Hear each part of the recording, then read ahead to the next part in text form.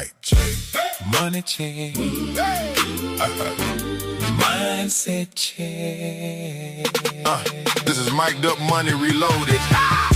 Where entrepreneurs talk money, Strategy, systems, and execution. No fake hustle, no empty flexing, just real business talk that gets you right. Mic'd Up Money Reloaded, talk that strategy, show it. Systems moving, profit growing. Real entrepreneurs already know it. No fake value, better own it. Price meets pain when the bridge is built. Execution turns the vision golden. If the plan is weak, the pressure gets felt. Mic check. Money check. Mindset check. This ain't just motivation. This is business correction. This ain't just conversation. This is money direction. You want profit, build the model. You want growth, fix the flow. You want increase, check the numbers. What you don't know can stop the show. Mic'd Up Money Reloaded, talk that strategy, show it. Systems moving, profit growing. Real entrepreneurs already know it. No fake hustle, no empty flexing, no more guessing, no more Stressing, money, strategy, systems, execution. reload the vision, rebuild the plan. Price the value, know where you stand. Mic'd Up Money Reloaded.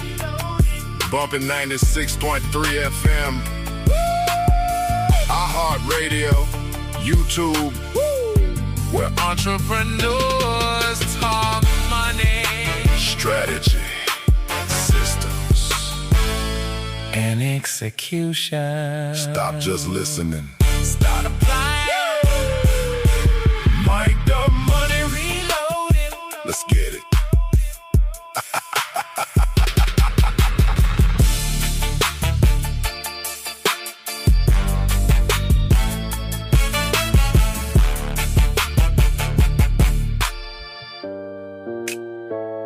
Let's get it.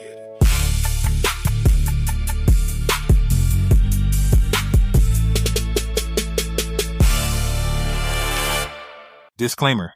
This program is for general business education and discussion. It is not individualized accounting, tax, legal, investment, cybersecurity, human resources, or regulatory advice. Business owners should verify requirements that apply to their entity, industry, employees, contracts, location, and tax situation with qualified professionals. Economic figures used in this episode are time sensitive and should be refreshed if the episode is recorded or published substantially after August 14, 2026. Opening, the flip phone business. There was nothing inherently wrong with a flip phone. It could make a call, receive a call, send a basic text, and in many cases, it did those things reliably. If that was all you expected from a telephone, it worked. But put that flip phone beside a modern smartphone, and the difference is not simply appearance. The smartphone remembers, connects, searches, tracks, stores, alerts, analyzes, navigates, synchronizes, and helps you make decisions with information that used to live in separate places. Now bring that comparison into business. A company can still make a sale, deposit money, hire employees, pay bills, and survive for years while operating with very little organizational intelligence. The owner may be experienced, the company may even be profitable, but the business itself may not systematically know who its customers are, what its customers value, which products make money, which promotions work, where operations break down, what the veteran employees know, what risks are building, or what outside economic changes are likely to hit next. A dumb business is not necessarily an unsuccessful business.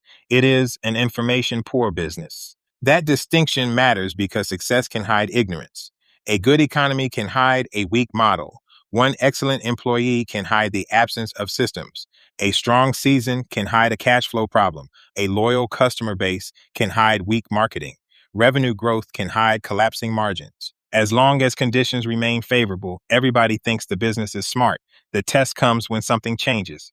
What do we mean by intelligence? Merriam-Webster defines intelligence in part as the ability to learn or understand things or to deal with new or difficult situations. That definition gives us the heart of this episode. Can your business learn? Can it understand what is happening? Can it recognize a change? Can it retain what it learned? Can it respond when the marketplace, customer, workforce, technology, season, or economy changes? IBM defines business intelligence as technological processes for collecting, managing, and analyzing organizational data to produce insights that inform business strategies and operations. I am intentionally using the idea more broadly today. This episode is not about buying a dashboard. It is about whether your company has enough reliable intelligence to replace guessing with knowing, and whether leadership is willing to act on what the business learns. When data leaves the room, bias usually takes the chair. That is where behavioral economics enters the conversation. Human beings naturally use shortcuts when information is incomplete. Confirmation bias makes us favor evidence that supports what we already believe. Availability bias makes a recent or emotional event feel more representative than it really is. Overconfidence turns experience into certainty. Status quo bias tells us to keep doing what is familiar. Sunk cost thinking keeps money flowing into a bad decision because we have already invested so much. Intelligence does not eliminate judgment, but it gives judgment something stronger than memory and ego to work with. The 12 intelligences of a smart business. I want to give you a practical model. These are not 12 software packages. They are 12 questions your business should be getting progressively better at answering. Emotional intelligence sits underneath the model as the leadership operating system, while seasonality and macroeconomics form part of the environment surrounding the business. Intelligence with core question it asks. 1. Customer intelligence. Who buys, why they buy, what they value, and why they leave. 2. Financial intelligence. Where money comes from, where it goes, and what condition the company is actually in. 3. Profitability intelligence. Which customers, products, services, channels, and activities create profit. 4. Operational intelligence. How efficiently and consistently the business produces and delivers value. 5. Institutional intelligence. What the business has learned and whether it will still know it after a person leaves. 6. Promotional intelligence. Which advertising and promotional activity actually changes behavior and produces profitable business. 7. Management intelligence. Whether managers are producing the outcomes they were entrusted to produce. 8. Workforce and talent intelligence. Whether the company has the skills, depth, training, and succession capacity it will need. 9. Technology and data intelligence. Whether technology improves decisions, integration, security, and execution rather than merely adding subscriptions. 10. Market and competitive intelligence. What competitors, substitutes, customers, and the immediate market are doing. 11. Risk and compliance intelligence. What can seriously hurt the business and whether obligations and exposures are being controlled. 12. Strategic intelligence. What leadership will do with everything the business has learned. Segment 1. Customer intelligence. Do you actually know who is buying? Ask a small business owner, who is your customer? And one of the most dangerous answers is everybody. Everybody is not your customer. Another answer is mostly women. Which women? What age range? What income range? What zip codes? New customers or repeat customers? What problem are they trying to solve? How did they hear about you? What did they buy first? What do they buy next? What causes them to leave? The U.S. Small Business Administration specifically recommends market research that looks at consumer behavior, economic trends, demand, market size, location, pricing, income, employment, demographics, and competitive conditions. The Census Bureau's Census Business Builder can help owners analyze customers, markets, competition, demographics, and local business conditions. In other words, many small businesses have access to far more market information than they use. Customer intelligence should tell you who buys, what they buy, when they buy, how often they buy, how much they spend, what source brought them to you, what they complained about, what they repeatedly request, and what characteristics your most profitable customers have in common. A CRM can help, but a CRM full of blank fields is just an expensive address book. If your customer information lives primarily inside the owner's head, you do not have customer intelligence, you have owner memory. That becomes a marketing problem, a succession problem, and eventually a business value problem. When a customer walks in, buys something, and walks out without the company learning anything useful about that relationship, the business completed a transaction but missed an intelligence opportunity. Segment 2, Financial Intelligence. Your bank balance is not a financial system. Many owners check the bank balance and call that financial management. There is money in the account, payroll cleared, and the lights are still on, so they conclude the business is doing well. But the checking account balance cannot tell you whether the company is actually profitable, whether receivables are deteriorating, whether debt is becoming dangerous, or whether next month's obligations will consume today's cash. Financial intelligence means knowing revenue, gross profit, gross margin, contribution margin, fixed and variable costs, break-even revenue, payroll burden, debt service requirements, cash reserves, working capital, accounts receivable aging, accounts payable obligations, tax liabilities, budget to actual performance, and forward cash requirements. You do not need a Fortune 500 finance department. You do need numbers that answer decisions. The smarter question is not simply how much money came in. It is what happened to each dollar after it arrived, what obligations are attached to the cash we see, and what will be required before the next dollar arrives. A growing company can have increasing sales and worsening financial health at the same time. Revenue can make a business look rich while cash flow quietly tells the truth. Segment 3, Profitability Intelligence. Everything you sell is not making you money. Financial intelligence and profitability. Intelligence are related, but they are not the same. An owner may know total revenue and total net income and still have no idea which customer, product, service, channel, job type, location, or salesperson is creating the profit. Suppose Service A generates $300,000 in revenue and Service C generates only $150,000. The owner assumes Service A is twice as valuable. But what if Service A consumes heavy labor, callbacks, travel, customer support, discounts, materials, rework, and slow-paying receivables, while Service C requires less service and produces a substantially higher contribution margin? Revenue tells you what is moving. Profitability intelligence tells you what is worth moving. A smart business should be able to rank products and services by margin, identify unprofitable customers, understand discount leakage, measure rework and warranty cost, and distinguish high-volume activity from high-value activity. This is especially important when the company is busy, but the owner keeps asking, where is the money? Some businesses are aggressively selling themselves broke. Their marketing works. The phone rings, customers come, employees are busy, revenue grows, yet every additional unit of activity adds too little margin or too much cost. That is not necessarily a sales problem. It may be a profitability intelligence problem. Segment 4, Operational Intelligence. Do you know how the work actually gets done? Now move behind the counter. Operations generate information all day long. Cycle times, wait times, returns, defects, overtime, stockouts, rework, waste, callbacks, bottlenecks, customer complaints, missed handoffs, idle capacity, capacity overload, and training failures. A dumb operation experiences these things. A smart operation measures enough of them to improve. A restaurant should know more than food sales. It should understand food cost, labor cost, ticket time, waste, table turns, menu profitability, day part performance, stockouts, and repeat customer patterns.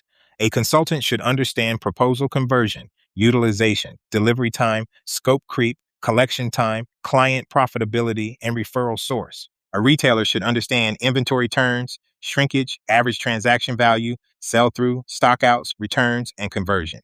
Operational intelligence turns something keeps going wrong around here into a specific measurable problem. It asks where work slows down, where mistakes repeat, which steps create no value, where one person has become a bottleneck, what customers wait on, what employees need to be trained on, and what capacity exists before the next sale is accepted. If you scale a process you do not understand, you may simply scale the confusion. Segment 5, Institutional Intelligence. Does the business remember what it learns? Operational intelligence asks how the work gets done. Institutional intelligence asks whether the organization retains what it has learned about how the work should be done. This is one of the biggest blind spots in small business because the real operating system often is not in a manual, an SOP, or a database. It is in somebody's head. What happens when the 15-year employee retires? What happens when the chef leaves? What happens when the office manager gets sick? What happens when the purchasing person takes another job? If critical information disappears when a person disappears, the business never completely owned that knowledge. The person did. Start with systems and processes. How do you open and close, process payroll, approve purchases, collect past due accounts, handle refunds, respond to complaints, reconcile the bank account, onboard and terminate employees, back up records, handle cash shortages, manage inventory? If the answer is Mary knows how to do that, that is not a documented system. That is Mary, and Mary might leave Friday. Experienced employees should be asked to help build future training. Ask them, what do new people usually get wrong? What do you wish someone had taught you earlier? Which shortcuts are safe and which are dangerous? What warning signs do you watch for? Which customers or vendors require special handling? What mistakes cost us the most? What do you know that is not written anywhere? Then capture it in video, checklists, SOPs, troubleshooting guides, decision trees, job aids, and onboarding materials. Your veteran employees should not only leave you years of service, they should leave the business years of intelligence. Capture the aha moments too. A promotion unexpectedly works. A machine fails in a predictable way. A customer explains why they almost did not buy. An employee discovers a faster method. A vendor causes a problem. Everybody says, now we know. 6 months later, nobody remembers. If the lesson matters, document it, date it, assign ownership, decide what process changes, and determine who needs training. Otherwise, the business can pay to learn the same lesson repeatedly. Accounts receivable, aging reports should also preserve collection intelligence. Do not merely show that ABC company owes $14,000 at 62 days. Where appropriate, record what happened, who should be contacted, whether an invoice was disputed, who promised payment, what documentation is missing, whether further credit should be paused, and what the next collector needs to know. A new employee should not accidentally extend another $20,000 of credit because the warning lived only in the former employee's memory. Vendor intelligence belongs here too. Who should you call? Who is the backup? What should you buy and what should you avoid? When are seasonal buying opportunities? What are the lead times, minimum orders, volume breaks, restocking charges, warranty issues, negotiated terms, quality problems, and alternate suppliers? Joe knows who to call is not a procurement strategy. Then consider intellectual property and know-how, recipes, formulas, seasoning blends, pricing formulas, consulting assessments, sales scripts, training curricula, software, checklists, manufacturing techniques, customer service methods, estimating processes, troubleshooting protocols, and proprietary workflows. Is it documented? Who owns it? Who can access it? Is it backed up? Can the company reproduce it if the creator disappears? Has the company considered appropriate contract, copyright, trademark, patent, confidentiality, or trade secret protection with qualified counsel? If your business cannot survive somebody's vacation, it is definitely not prepared for somebody's departure. Segment 6, promotional intelligence. Did the marketing work or did something just happen? Small businesses will spend thousands of dollars on advertising and then evaluate the result with phrases like, a lot of people saw it, the post got good engagement, or somebody said they heard the commercial. Those may be interesting signals, but they are not enough to tell you whether the promotion produced profitable customer behavior. Promotional intelligence asks what we spent, where we spent it, who responded, what action they took, what they bought, what it cost to acquire them, whether they came back, and how much gross profit the campaign produced. Use campaign codes, landing pages, QR codes, dedicated links, call tracking, point of sale source fields, and simple, how did you hear about us discipline. The tool can be sophisticated or basic. The objective is attribution. This is also where you separate advertising from promotion. Advertising communicates and builds awareness or demand through paid messages. Promotion is a broader set of activities designed to stimulate action. Offers, events, limited time incentives, demonstrations, sampling, referral incentives, partnerships, and other activation both can work. Neither should be measured only by applause. If you cannot connect promotion to behavior, you do not have promotional intelligence. You have promotional activity. Segment 7, management intelligence. Do you know who is actually managing? Owners often measure frontline employees harder than managers. The employee is expected to hit a quota, clock in on time, reduce mistakes, and serve customers correctly. Then the manager is evaluated by tenure, loyalty, personality, family relationship, or the vague statement, she handles everything. Management intelligence asks what outcomes management is supposed to produce and whether those outcomes are improving. Look at turnover by manager, absenteeism, overtime, customer complaints, rework, productivity, unresolved conflicts, training completion, employee development, execution against goals, labor cost, response time, and accountability. A manager who is liked but repeatedly loses good employees is producing information the owner should not ignore. Longevity is not the same as management effectiveness. Family membership is not a management credential. Being the person who knows everything can even be a warning sign if no one else is being developed and nothing is documented. A manager's job is not only to personally keep the plates spinning, it is to build a system that makes good performance repeatable. A smart business does not just know what employees are doing. It knows whether management is producing the outcomes management was hired to produce. Segment 8, Workforce and Talent Intelligence. Do you have the capability to grow? Management intelligence evaluates managers. Workforce and talent intelligence evaluates organizational capability. Who are your strongest performers? Who is ready for promotion? Who holds critical knowledge? Where are the skill gaps? Which positions are hard to fill? Why are people leaving? Which skills are underused? Who can replace whom? What happens if the business grows 30% next year? This is where training and development becomes economic infrastructure, not a nice employee benefit.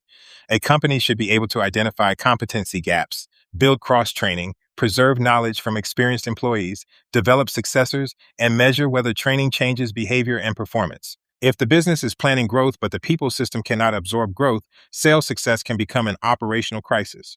Talent intelligence also looks forward. What roles will technology change? What skills will become more valuable? Which employees can be reskilled? What knowledge should be transferred before retirement? What role is too dependent on one person? What behaviors distinguish your top performers from your average performers? A company that only reacts to vacancies is managing headcount, not talent intelligence. Growth without capability can turn a sales win into a service failure. Segment 9, Technology and Data Intelligence. A smartphone does not make a smart business. Because this entire episode starts with the smartphone comparison, we have to deal with technology. Buying smart technology does not create a smart business. You can own a sophisticated POS, QuickBooks, a CRM, Microsoft 365, cloud storage, AI tools, project management software, and 14 monthly subscriptions, and still run a dumb business because the systems do not talk, employees do not use them correctly, or nobody turns the data into decisions. Technology and data intelligence asks whether the company's information is accurate, useful, protected, integrated, accessible to the right people, and connected to decisions. Does the POS communicate with accounting? Does customer data get captured consistently? Are backups working?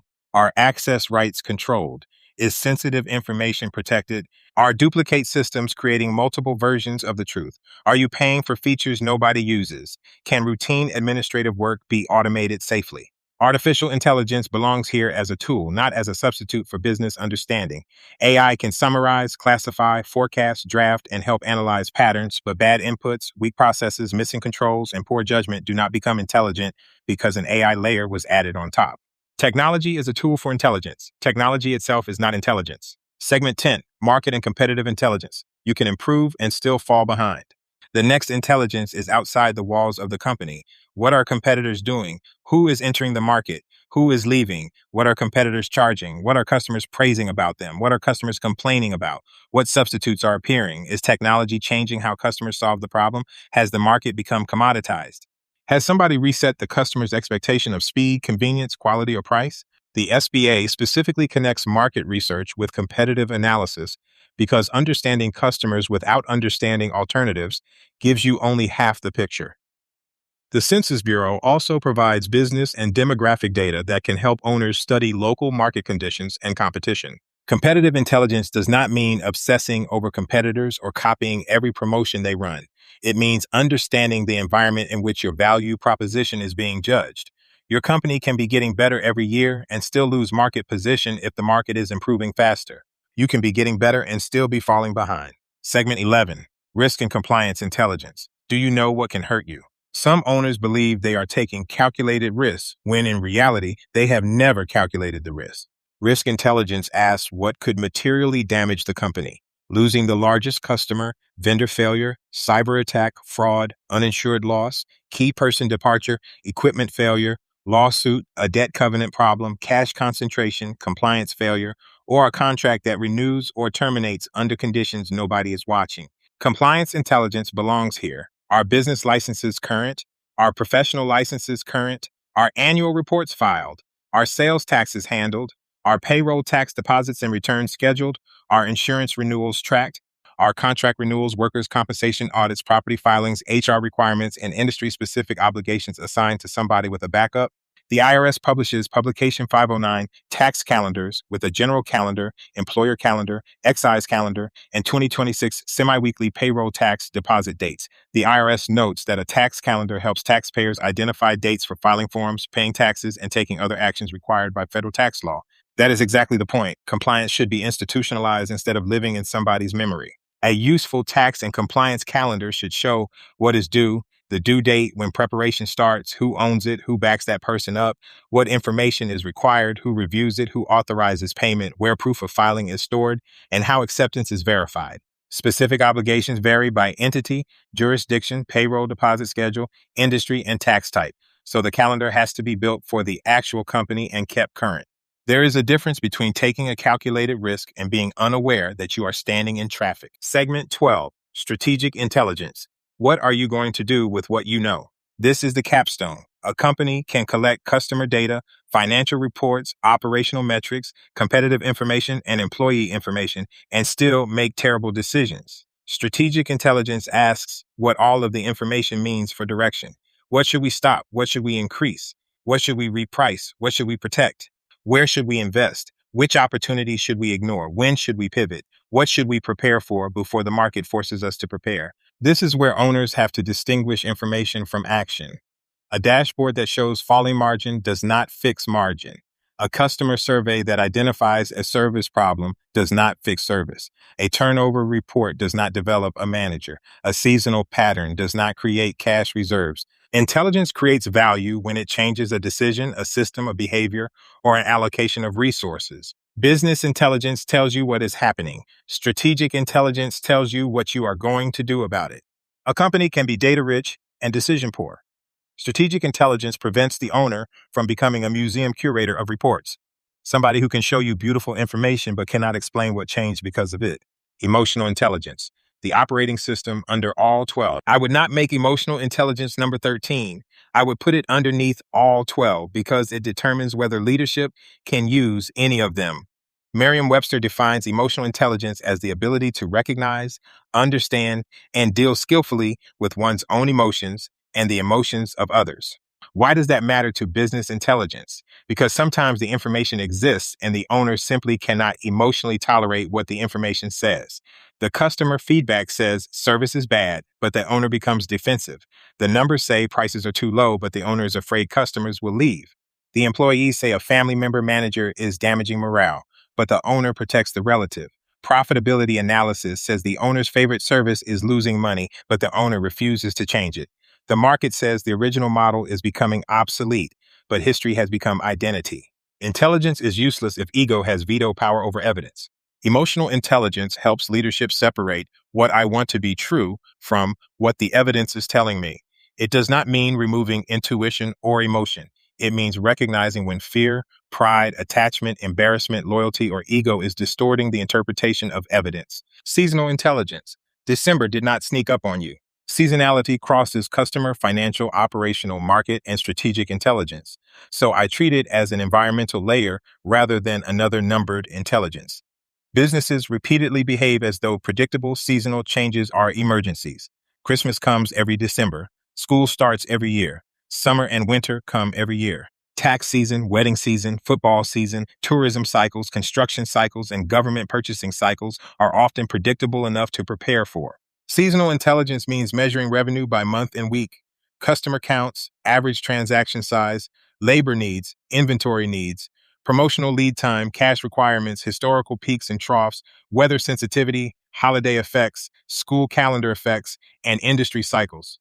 Do not merely say, we're seasonal, quantify the seasonality. Take 3 years of monthly revenue and plot it. Then layer gross profit, cash, payroll, inventory, advertising, and customer volume. Patterns begin to tell you when to build reserves, reduce spending, place orders, hire temporary labor, launch an off-season offer, begin marketing, or negotiate financing before you need it. Seasonality should affect your strategy before it affects your bank account. If the slow season predictably begins in January, January is too late to begin preparing for January. Preparation may belong in September, October, or November. Smart businesses do not eliminate seasonality. They reduce the number of seasonal surprises. Macroeconomic intelligence. Your business does not live on an island. The same is true of the broader economy. Owners sometimes treat inflation, employment, GDP, interest rates, energy prices, credit conditions, or consumer sentiment as television news material until the numbers reach the cash register. Then economics becomes personal. As this script is being developed on August 14th, 2026, the U.S. Bureau of Labor Statistics reports that consumer prices were 3.4% higher in July than a year earlier. Core CPI, excluding food and energy, was up 2.5%, and the energy index was up 14.7% year over year. The July employment report put unemployment at 4.1%, while non-farm payroll employment changed by 23,000. The Bureau of Economic Analysis estimated that real GDP increased at a 1.5% annualized rate in the second quarter of 2026. On July 29th, the Federal Reserve maintained its federal funds target range at 3.50% to 3.75%. Those numbers are not included so you can become an economist.